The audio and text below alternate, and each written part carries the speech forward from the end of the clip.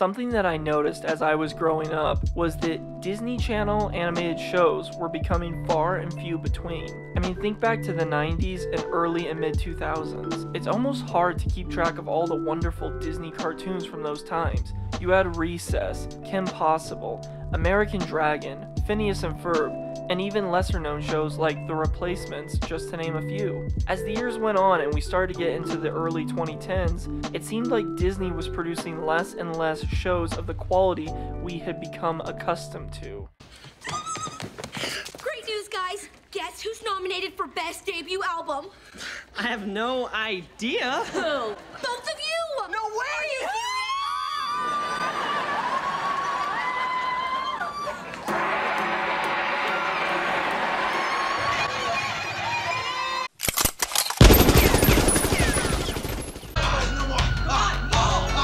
Well, all that changed with a little show called Gravity Falls. Now let's start by covering the basic premise of the show and its characters. Gravity Falls comes from the mind of Alex Hirsch. The story follows 12-year-old twins, Dipper and Mabel Pines, as they spend their summer vacation with their great uncle, Stanford Pines, or as the twins call him, Grunkle Stan. Dipper is a curious, inquisitive bookworm who seeks adventure and loves solving mysteries. Mabel, on the other hand, is loud, outgoing, hyper, and very social.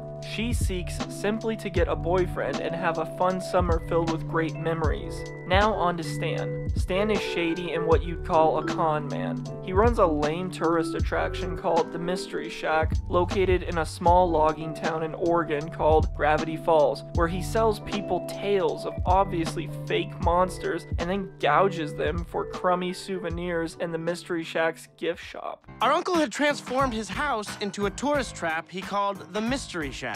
The real mystery was why anyone came. Ladies and gentlemen, behold, the Sass Crunch! Whoa! Oh my gosh! Stan has two employees working at the shack with him. First, we have Seuss the handyman. Seuss is a kind and simple fella who immediately befriends Mabel and Dipper. Seuss loves his job at the Mystery Shack and looks up to Stan. We'll get into this later. Next, we have Wendy. Wendy is a mellow, tomboyish, laid-back 15-year-old who works part-time at the shack. The twins eventually become good friends with Wendy, but it takes a couple episodes, unlike Seuss, who gets attached to the twins right away. However, Dipper and Wendy do go on to become especially close. Again, we'll get into this later. Now, the twins soon come to find out that Gravity Falls is actually filled with mystery and real mystic creatures such as gnomes, unicorns, manotars. I have 3 Y chromosomes, 6 Adam's apples, pecs on my abs, and fists for nipples! And even shapeshifters. Dipper and Mabel keep trying to tell Stan about all these unnatural things going on in Gravity Falls, but Stan simply does not believe them and blames it on their childhood imaginations. The townspeople of Gravity Falls also seem to be unaware of the unnatural happenings of the town as well. The show later explains why this is. One day when out wandering in the woods near the Mystery Shack, Dipper finds a mysterious journal with the number 3 and a 6-finger handprint on it. Dipper then returns to the shack to show Mabel what he's found. It seems that someone in Gravity Falls has studied and documented all the creatures and mysteries that go on in the town, and the journal has the answers that Dipper desperately craves. Dipper immediately becomes obsessed with finding out who the unknown author of the journal is, while Mabel is still mostly interested in just making memories that she can put in her scrapbook. Meanwhile, we find out that Stan has a hidden bunker beneath the Mystery Shack. We later find out what this is. Anyways, most of the episodes are Dipper and Mabel going on adventures with Seuss, Wendy, or Stan. Now that we've covered the basic premise of the show, let's dive into what makes the show great. First, we have relatability. Now, you would think that a show dealing with secret societies, government cover-ups, mystic creatures, and aliens wouldn't be realistic or relatable, and in that sense, you'd be right. Or would you?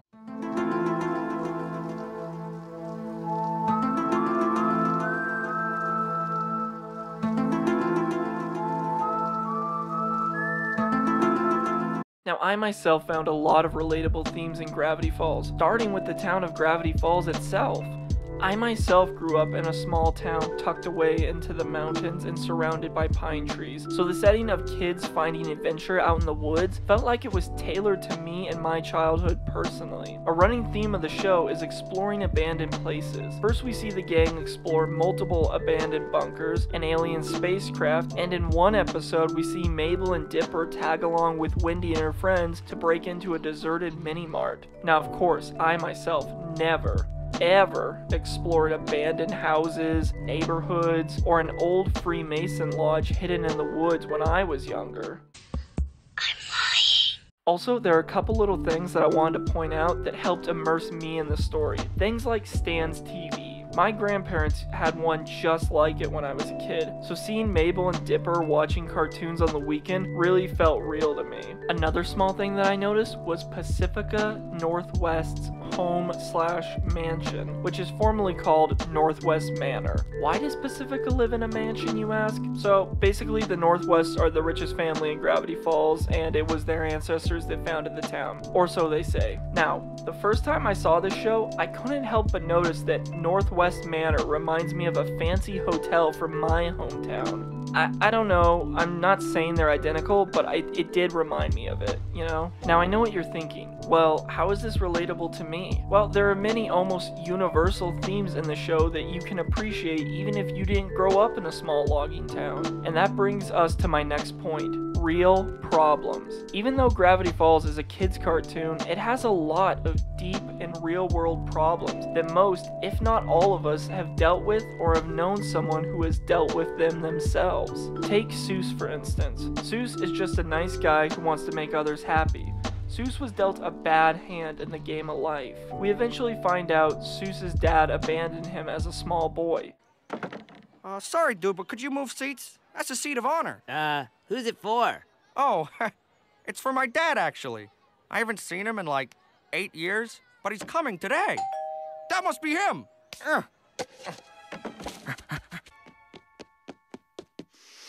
All right, Soos, today's the big day. Be cool. Be cool. Postcard for Soos. Sorry, champ. Couldn't make it this year. Real busy again. See you next year for sure. Dad. Hey, don't sweat it, cuz. You'll see him next year. Yeah, next year. I'm gonna go lay down. You party without me, dudes. Wait, what about your presents? Yeah! Soos has always yearned to know his father and is desperate for a male role model. Stan is that male role model for Soos. Remember earlier how I said Soos looks up to Stan and respects him? It's because Stan gave him a job and always looked out for him. We later come to find out that Stan has his own father issues. Perhaps this is the reason why Stan took Soos under his wing. Another example would be Wendy, talking about high school to Mabel, who is turning 13 along with Dipper at this point in the show and is about 1 year away from entering high school. Wendy tells Mabel that high school is awful and to avoid growing up, and that she herself would give anything to be 12 again. My dogs! What up? Wendy, what are you doing here? Ugh, high school registration. Oh! You know, I'm only a year away from high school myself. Would you say your experience is more rom-com or wacky romp? More like teen horror movie. High school is the worst. Classes get super hard, your body just flat out turns against you, and worst of all, everybody hates you. Can't do it! Can't do another year! My hormones are like a sweaty cage! Why aren't they singing about following their dreams? TV taught me that high school is like some sort of musical. TV lied, man. If you can avoid growing up, do it. I'd give anything to be 12 again. Anyway, what are you guys doing here? Oh, just looking for a place to have my 13th birthday party. Wendy Corduroy? See what I mean? Now, I think what Wendy is saying is something most, if not all of us, have dealt with. The feeling of wanting to turn back the clock and not grow up. Wendy is referring to high school, but honestly, not much changes in the real world from high school. People still get into their cliques, they still gossip behind others' backs, and just like Wendy said, the classes get harder. Well, the classwork in college and the jobs you need as an adult are harder than high school. I'm gonna get into people not wanting to grow up further in the video, but I did want to touch on it as it is a problem that most people just don't want to deal with. Now let's talk about relationships. Let's start with Mabel. All through the summer, Mabel is trying to get a boyfriend, and time after time she fails. First there was Mermando, a merman who got trapped in the Gravity Falls local swimming pool. I'm not sure why Mabel wanted to date a merman, but I guess do you? Well, Mabel ends up helping Mermando return to sea to be with his family, so obviously that doesn't work out. Then there's Gabe, a guy who has an unnatural obsession with puppets.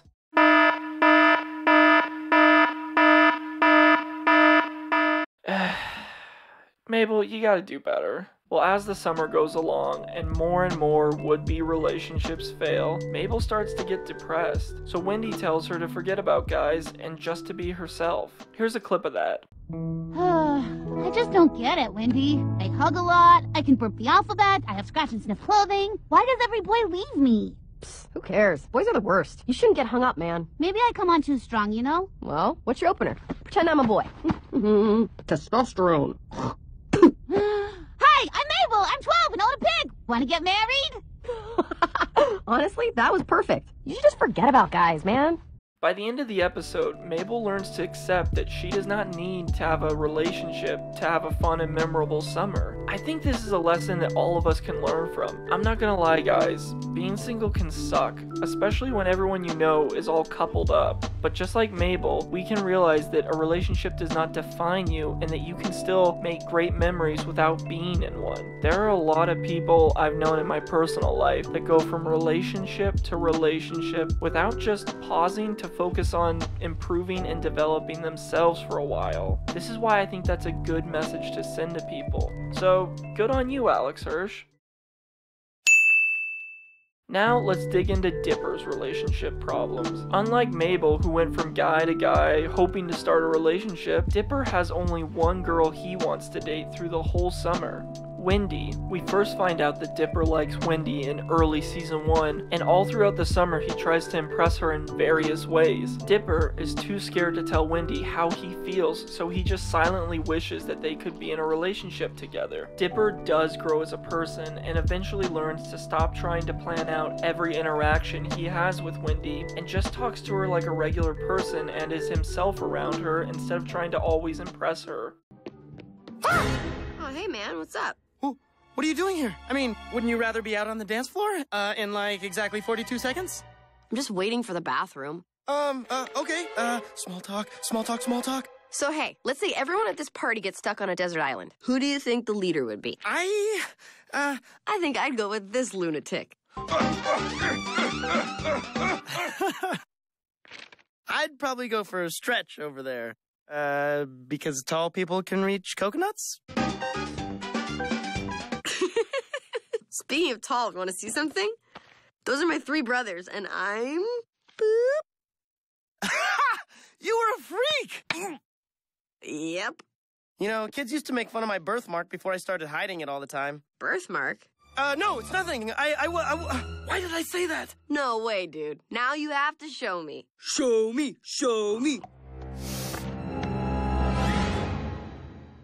The Big Dipper. That's how you got your nickname. I thought your parents just hated you or something. Hey, I guess we're both freaks. Dipper, however, is not the only guy after Wendy's heart.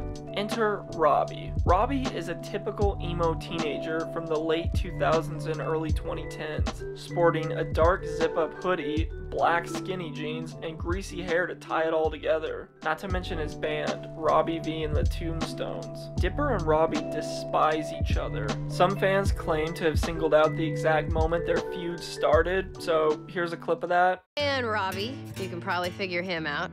Yeah, I'm the guy who spray painted the water tower. Oh, you mean the Big Muffin? It's a giant explosion? Kinda does look like a muffin.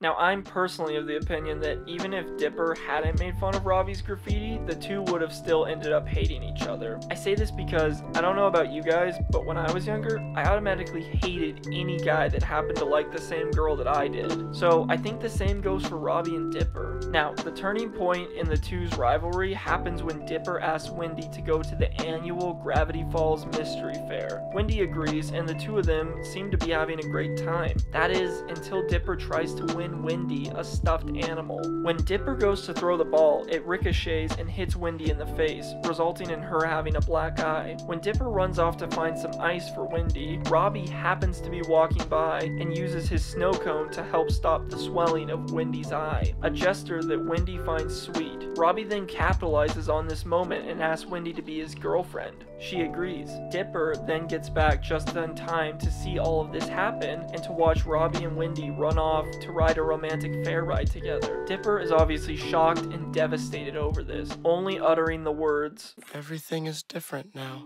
Meanwhile, Mabel is also at the fair, and she wins a pig. I know, trust me, it plays an important role to the rest of the episode. So, to cut to the chase, Dipper and Mabel happen to run into a time traveler named, wait for this, Blandon Blandon. I'm not even kidding.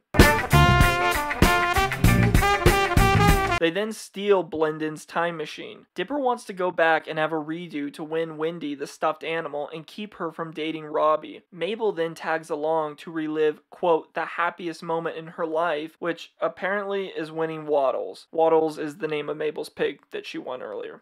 Told you it'd be important. So Dipper tries and fails to win Wendy the stuffed animal hundreds of times, while at the same time, Mabel gets to experience winning Waddles hundreds of times. Finally, Dipper does figure out how to win Wendy the stuffed animal, and he does so successfully with the help of Mabel. Wendy never dates Robbie because he never offers her the snow cone because her eye never got hurt in the first place. The only catch is, because Mabel was busy helping Dipper, she was not there to win Waddles. This leaves Mabel in a severe depression. Dipper uses the time machine to travel in the future to see if Mabel ever gets over it, and realizes that she never does. Dipper then puts Mabel's feelings ahead of his own and goes back in time to win her Waddles, which obviously leads to Wendy dating Robbie again. This is the first in a long-running theme of Dipper putting Mabel's feelings and goals above his own. Okay, so now we're going to be skipping along to the end of season 1. Dipper finds out that Robbie has been using a song that brainwashes Wendy into forgiving him after every fight they have. Dipper then brings this to Wendy's attention, which results in her dumping Robbie. But here's the thing, she also gets angry at Dipper for making light of the situation. Here's a clip of that. There's a message in there, I swear. Let me just close the window. Wait, here. You are now under my control. Your mind is mine. Robbie, what's that doing in our song? Baby, I promise. I don't know anything about those messages. In fact, I didn't even write that song. I ripped it off some other band. So we're all good, right? No, we're not all good. I don't care about the messages. You said you wrote that song for me, and I actually thought it was sweet, you big liar. I know. I lie about a lot of stuff. Like using your makeup and fighting a bear, although... No, you know what?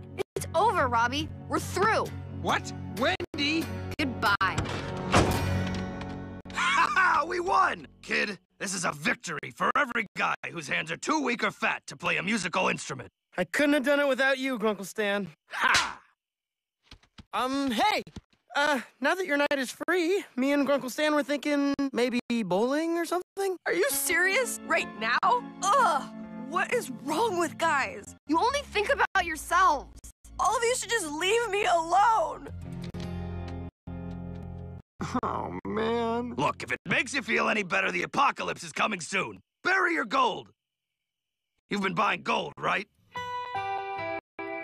I really liked this part because for once it showed Wendy's emotional side versus just her cool, laid-back persona. Now, skipping to the second season, in one episode, Dipper and the gang go to explore an abandoned bunker that is thought to belong to the author of the journal. Mabel at this point is sick of watching Dipper being into Wendy, but never having the courage to ask her out. So Mabel pushes Dipper and Wendy into a decontamination room and then locks them in there until Dipper tells Wendy how he feels. Dipper, however, being terrified of even the prospect of telling Wendy how he feels, finds out that the decontamination room has another door and the two exit that way. Long story short, the bunker did belong to the author of the journal where he did experiments on the creatures of Gravity Falls, but has since been abandoned for years and the author is nowhere to be found. Dipper and Wendy stumble across a shapeshifter, which was one of the author's experiments that has gotten loose. You're not going anywhere.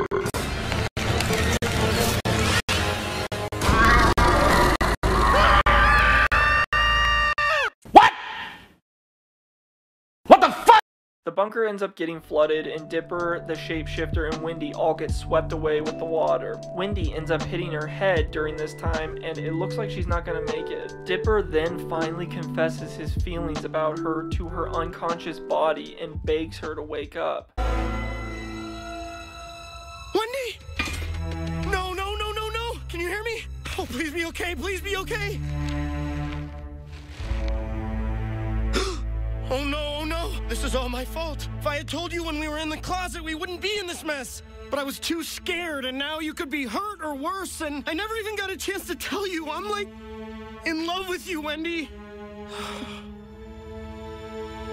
We then find out that the real Wendy was standing behind Dipper all along, and it was the shapeshifter acting like Wendy that was on the ground. Dipper? It was at this moment I knew he fucked up. This leads to a brief and awkward moment before the final fight with the shapeshifter. Skipping to the end of the episode, the gang exits the bunker after beating the shapeshifter. Wendy then confronts Dipper about what he said about her. Dipper of course tries to play it off before admitting that he meant what he said about her. Wendy admits that she always kind of knew that he liked her, but she's just too old for him. Again, Dipper and Mabel are 12 going on 13 while Wendy is 15. This is one of those things where when you're in that teenage years, it's like the idea of 2 years being older, it's like a century. But as you get older, it's not that weird. There's nothing weird about a 27-year-old and a 29-year-old dating. But there is something weird about an 8-year-old and an 11-year-old dating, you know? It's one of those things. Anyways, I digress. Dipper accepts her answer, and then the two agree to stay friends. And he even admits that he does feel better just getting his feelings off his chest. Look, Wendy, about earlier. In the heat of the moment, I might have said some dumb things, and can't we just pretend none of that ever happened? Please? Dude, it's okay. I always kinda knew. Wait, you did? Yeah, man. I mean, you think I can't hear that stuff you're constantly whispering under your breath? Oh, man. Listen, Dipper, I'm, like, super flattered, but I'm too old for you. I mean, you know that, right? Mabel said confessing would make me feel better. Well, how do you feel? Anxious, and scared, kind of itchy. Dude, don't be itchy, man. Let me tell you something. This summer was super boring until you showed up. I have more fun with you than, like, practically anybody else. And if you ever stop being my friend, I would, like, throw myself into the bottomless pit. So things won't be too awkward now? I just wrestled myself, dude. That was awkward. If you can handle that monster, you can handle a little awkwardness. Friends? Yeah, dude. Friends!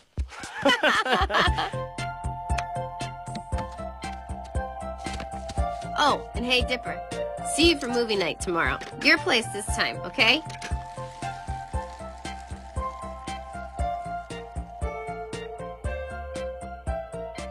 Now that was a long exposition, but I think it's necessary to have the context for what I'm about to talk about. This again is one of those deep stories left in a lighthearted show. We all have had a crush on someone at that age. We've all sat in class or laid in bed and daydreamed about what it would be like to be together. Uh-oh. What?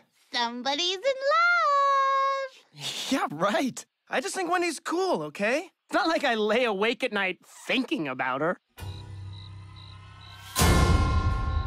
Uh-oh. We've all had to watch as that secret crush starts dating someone else, and all you can do is sit there and act like it doesn't bother you. We've all had that all too familiar feeling of rejection after realizing that that person doesn't feel the same way about you as you feel about them. That soul-crushing rejection that we all desperately fear, and is the reason most of us don't put ourselves out there more often. We've all had to learn to accept that those fantasies that we built up and imagined in our heads for so long will never become a reality. That's some pretty deep stuff for a show marketed to kids, wouldn't you say? Okay, so you would think that that's where the Wendy relationship stuff ends, right? Well, you'd be wrong. First, let's look at Robbie. By this time in the show, a significant amount of time has passed since Wendy dumped him, but Robbie is still heartbroken over her. We see Wendy and her friends along with Mabel and Dipper discover Robbie laying in an empty gravesite with a picture of Wendy. For context, Robbie's parents run the local cemetery in Gravity Falls, so it's not that weird for Robbie to be hanging out there, but it's still pretty dramatic nonetheless. Mabel feels bad for Robbie and decides to help him find a new girlfriend. Robbie begrudgingly agrees to Mabel's offer to set him up. Hey! Listen, kid. Nobody in the Pines family is welcome here. In case you forgot, your stupid brother is the one who ruined my life! And Mabel's the one who's gonna fix it. Listen, Robbie, I always used to see you as a creepy jerk. Like the human version of rat poison. Go on. But when I saw you in the cemetery today, I realized Robbie's not a bad guy. He's just a heartbroken soul who needs love. And gloves with fingers. Hey, fingerless gloves look awesome. No, they don't. Robbie, you just need a good matchmaker. I guarantee I'll find you true love or twice your sadness back. If I say yes, will you leave my room? I guarantee it. I really enjoyed this part of the episode because at first I really didn't like Robbie, but just like Mabel, I came to realize that he was just lonely and insecure about himself, like most of us are. Anyways, Mabel ends up setting Robbie up with Tambry. Tambry is the stereotypical teenager who is always on their phone instead of being engaged in the real world around them. She also happens to be the only other girl in Wendy's friend group. At first, Robbie and Tambry can't stand each other, but long story short, Mabel steals a love potion and puts some of it on the chili cheese fries that Robbie and Tambry are sharing, thus causing the two to fall in love. Mabel, happy now that everyone in her group is happy, is shocked to find out that Robbie and Tambry being together tears the whole group apart. Wendy is angry that Tambry would date her ex behind her back. I think that's understandable personally, although some people would argue that she dumped Robbie in the first place, so what right does she have to be upset? Well, that's a valid point too. And as it turns out, Lee, another member of Wendy's group, is also upset, but this time it's at Robbie because apparently Robbie knew that Lee liked Tambry and stabbed him in the back by swooping in on her. Again, totally understandable. So to skip to the end of the episode, Mabel tries to break Tambry and Robbie up to fix the group, but ends up seeing how happy the two are and decides to let nature take its course. Mabel! Mabel, I just wanted to thank you. I've been so miserable since Wendy broke up with me that I thought my life was over. But you were right. I just needed to move on. I'm happy? Weird, huh? Robbie, people are commenting on our pictures. Dipper, maybe we shouldn't do this. It's worse. They are kind of perfect for each other. Moral of the story is mind your own business and leave people to their own relationships, because oftentimes when you think you're helping someone, you could unknowingly be hurting someone else, and at the end of the day, it's none of your business. Well, the group ends up getting over all their issues and coming back stronger than ever. Wendy forgives Tambry when she sees how happy her and Robbie are together, and it all works itself out.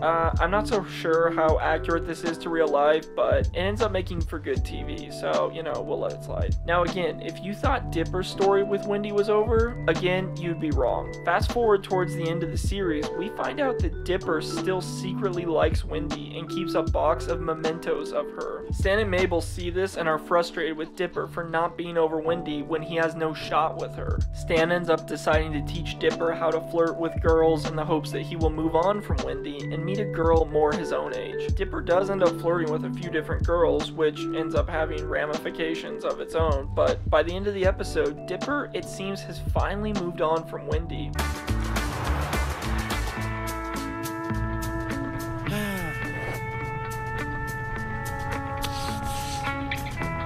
Alright, kid, I gotta admit something. I'm no expert on women. Truth is, I've been divorced once and slapped more times than I can remember. Confidence can buy you a lot, but at the end of the day, pickup artists tend to get our heads bitten off. When it comes to women, I'm a failure. Hey, we're both failures. You know, even if your dating tips were bad, I actually haven't thought about Wendy all day. Plus, you did teach me to be more confident. I guess I just need to learn to use that power for good. Now, I thought that this was interesting that they continued the Dipper-Wendy story when it seemed to have run its course. We all thought Dipper really had moved on from Wendy when she told him she was too old for him. But again, it's realistic. I mean, think about it. If you have feelings for someone and you find out they don't feel the same way about you, does that change the way you feel about them? I'm betting the answer is no. We can play it off cool like Dipper did and act like we're fine, but when the day comes to an end and we are home lying in our bed waiting to drift off to sleep, we're most likely still thinking about that person and wondering why they don't see us the way we see them. We wonder if it's because we aren't attractive enough. Is it because we aren't funny enough? Could it be that we aren't interesting enough? Why can't they feel about us the way we feel about them? So on the outside, everyone thought Dipper was over Wendy, but it turns out he just went back to hiding his feelings about her once again. How's that for relatable? Now with it seeming that Dipper has genuinely moved on from Wendy for real this time, so let's talk about the end of the show. Now, Gravity Falls is one of those shows that has a big overarching story and that is all connected, and I can make a whole nother video just talking about that, but there's way too much to cover. So for this video, and time constraint reasons, I'm just going to give you the basic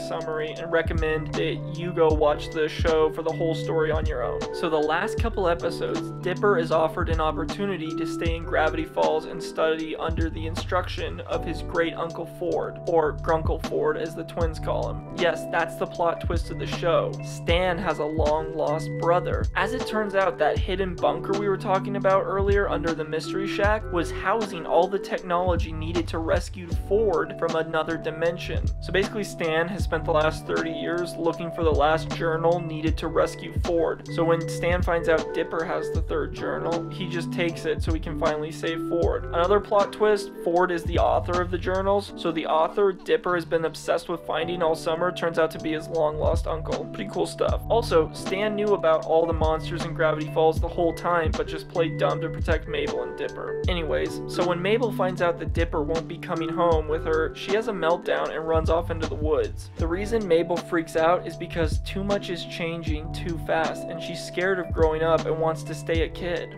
Meanwhile, it turns out that there's this demon Bill Cipher from another dimension who wants to come and make our world his new kingdom. He ends up putting Mabel in her own prison bubble, which it turns out acts as her own fantasy world. Bill does all this in an effort to keep Dipper and Mabel apart so they can't stop him. Bubble World, which is called Mabelland, makes your greatest desire a reality. That's a really important part here. So it seems like paradise, right? But that's what makes it a prison. And this prison, it's not bars of steel keeping you locked up. No, in Mabelland, it's your own desires that keep you a prisoner. So Dipper, Wendy, and Seuss break into the bubble to take Mabel out and back into the real world. But once in Mabelland, they all start to fall prey to their own personalized paradise stemming from their greatest desires. For Seuss, it's finally having a dad around, who I guess Seuss imagines is a Mexican wrestler. I don't know. For Wendy, it's to have no responsibility and just have carefree good times with her friends. Mabel yearns to stay a kid and not grow up, and Mabelland is just that for her. A paradise where she can stay a kid forever, kinda like Neverland from Peter Pan. So what is Dipper's greatest desire? To gain all knowledge of Gravity Falls and its mysteries? To study under his great uncle Ford? Is it to stay in Gravity Falls forever? No, it's none of these things. Dipper's greatest desire, as it turns out, is to make himself older so he can date Wendy. It's a horror show out there.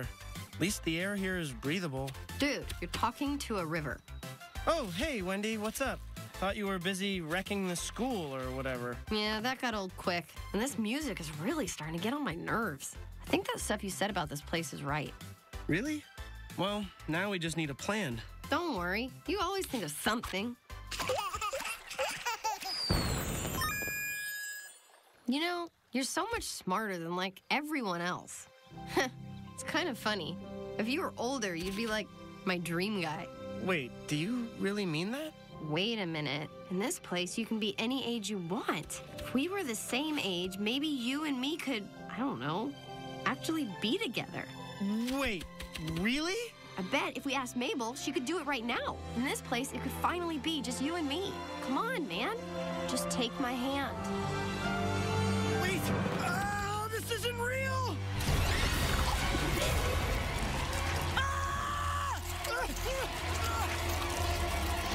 You shouldn't have done that, Dipper. We're watching you. There are eyes everywhere. Hey, Dipper. Hey, Dipper. Hey, Dipper. Hey, Dipper. Hey, Dipper. Dope, I'm a stuffed animal tree. Yeah, it turns out Dipper still isn't over Wendy, and honestly, probably never will be. Dipper knows Wendy doesn't want to see him. Dipper has tried flirting with other girls, and it turns out is pretty good at it, but he still wants Wendy. Dipper understands the situation. He has said as much earlier in the episode when talking to Gideon. Here's that clip. Gideon, listen to me. If I've learned anything this summer, it's that you can't force someone to love you. The best you can do is strive to be someone worthy of loving.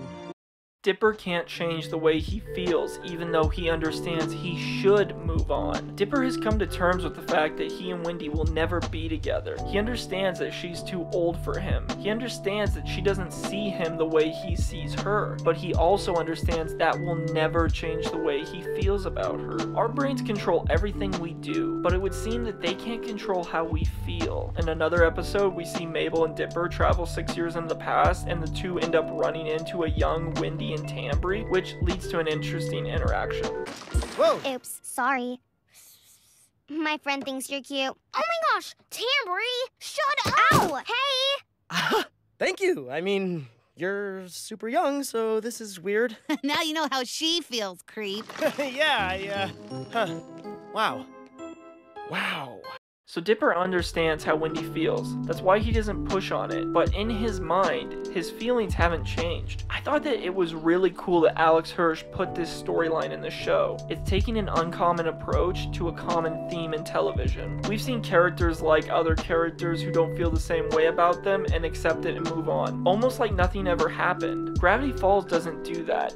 It explores the idea that feelings aren't so cut and dry, which they aren't. Emotions and feelings are complicated and can at times be hard to understand. Anyways, long story short, Dipper convinces Mabel to come with him and leave Mabel Land for the real world. He does this by acknowledging the fact that real life and growing up can suck and be downright scary, but that they can face it and conquer it together like they have every challenge they've faced so far in life. Mabel agrees and the gang goes on to defeat Bill and save the town. Summer at this point is over. Stan and Ford work out their problems and decide to go sail around the world together, which is a dream they had when they were Dipper and Mabel's age. Stan leaves Soos in charge of the Mystery Shack, a dream Soos has had since he was a kid and Stan took him under his wing. Wendy has to go back and face high school and accept that she is getting older, and Dipper and Mabel have to return home to California. The gang all say their goodbyes in a heartwarming scene that is bound to trigger some people's emotions.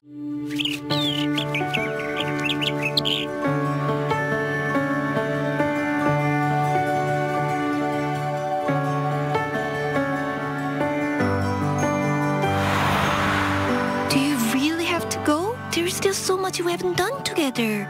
Summer's over, Candy. It's time for us to grow up. But not too much. Candy and Grenda, thank you for being my people. You'll always be my best friends. Uncle Stan, thanks for wearing my goodbye sweater. It's cold out. I had to. Wendy trades hats with Dipper as a way of remembering each other and tells him she does care about him, then gives him an envelope and tells him to read it when he starts missing Gravity Falls. Hey, you mean a lot to me, man. You too. Something to remember me by. Oh, and this. Read it the next time you miss Gravity Falls. Stan then gives the twins an emotional goodbye and the two board the bus and it starts to pull away. Everyone chases after it, waving one last farewell. Kids, you knuckleheads were nothing but a nuisance and I'm glad to be rid of you. We'll miss you too, Uncle Stan.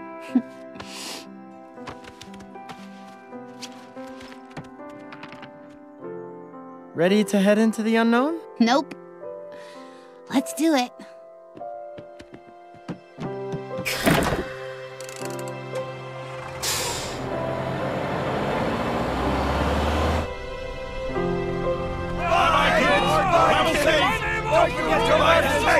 Bye! I'll miss you guys too! Bye! The next shot, we hear Dipper's internal monologue while the bus passes through the town of Gravity Falls one last time. At the end of this, we see Dipper opens Wendy's letter that simply says, "See you next summer." And that's it. The credits roll while showing us some old memories from the show and a couple new ones.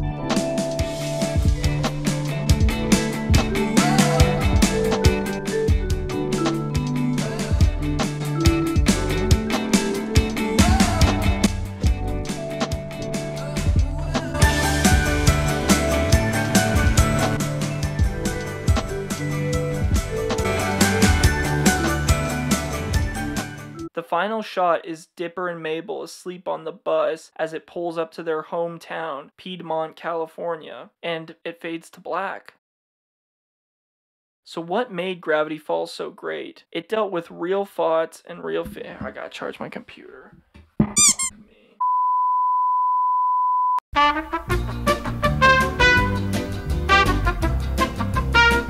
So what made Gravity Falls so great? It dealt with real thoughts and feelings, real fears, fears of growing up, fears of change, fears of rejection, fears of being alone. Gravity Falls showed us that we can accept those changes and move forward because as much as we want to, there is no going back. While other cartoons sought to just be dumb and have no purpose, Gravity Falls told a deep story and tackled real problems we all face in life. I personally think this is because it came from some experiences Alex Hirsch had himself. Alex has a twin sister named Ariel, and when they were kids, they would go spend their summer with their great aunt at her cabin in the woods. Alex and Ariel would even call their great aunt Granty. Alex and Ariel were born and raised in Piedmont, California, the same town Dipper and Mabel are from. When art comes from a place of love and personal experience, it almost always turns out really, really well. And I think Gravity Falls is no different. It was basically a composite of all of the things I ever hoped would happen during summer.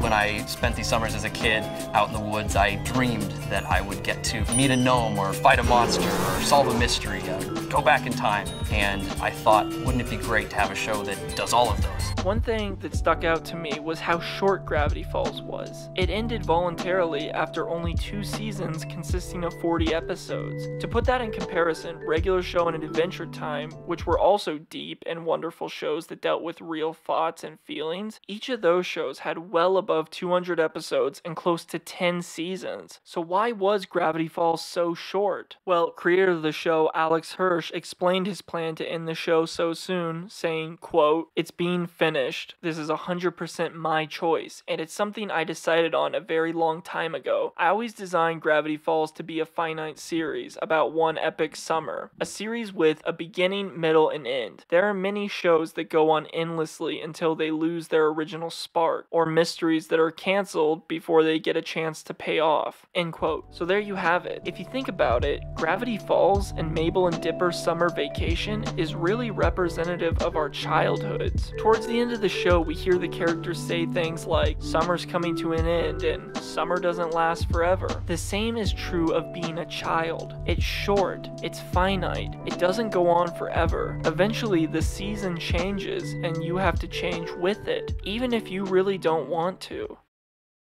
Ugh.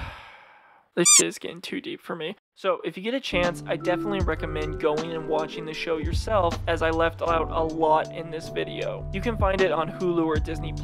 So to end, I'll just say this. Gravity Falls is a show that really touches on what it means to be a kid and how precious of an experience that is, especially when looking back on it from adulthood. It has themes we all can relate to, and characters we can all cheer for. It does something most animated shows don't, and that's what makes it special. Anyways, I'm gonna get out of here, so make sure to subscribe to the channel and hit the notification bell to be notified when I upload my next video, and I'll see you in the next one.